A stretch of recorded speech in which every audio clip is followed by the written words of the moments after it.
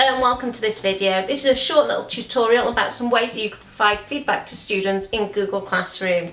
Okay, so in Google Classroom you can see I'm at the top page here and I've got different ways to check what I need to do. So I'm going to go in to the review section here, and if I select each of my classes I will be able to identify work that I need to mark.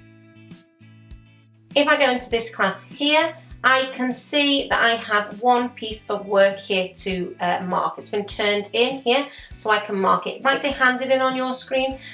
So what I'm going to do is go into that piece of work and mark it. So there's a couple of different ways that I can mark this piece of work. I can click on the piece of work. I can write a private comment to the student in this sidebar here. Well done. Posting it will then allow the student to be able to see it, or I could add in a comment. So I could go into the document directly and I can click on it and I can add into the document,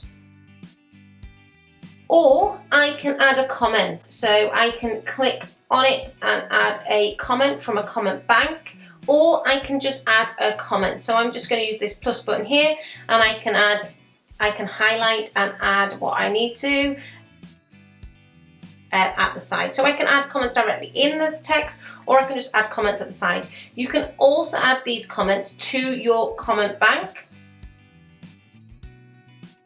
and you can just put these straight into your work. So you can just copy them straight from the comment bank into your work. So there's two ways of providing feedback. Another way to provide feedback is with this extension called Moat, and you just click on this and talk and it will record it, depending on what free or paid plan you have, depends on what you've got. So for the free one you can record messages, unlimited messages, but doesn't transcribe. Mine will transcribe because mine's the unlimited service. So you click on it and you talk away and tell the student how well they've done, what they need to improve on, press done, and it will record it and the students can listen directly to that.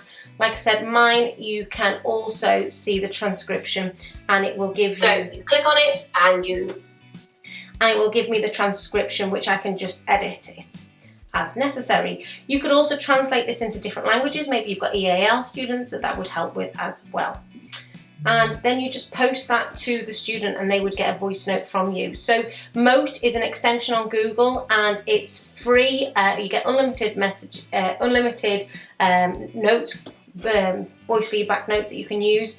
The transcription service is a paid service, but you do get it free for 30 days. And if you recommend it to somebody else, you'll get it free for 60 days.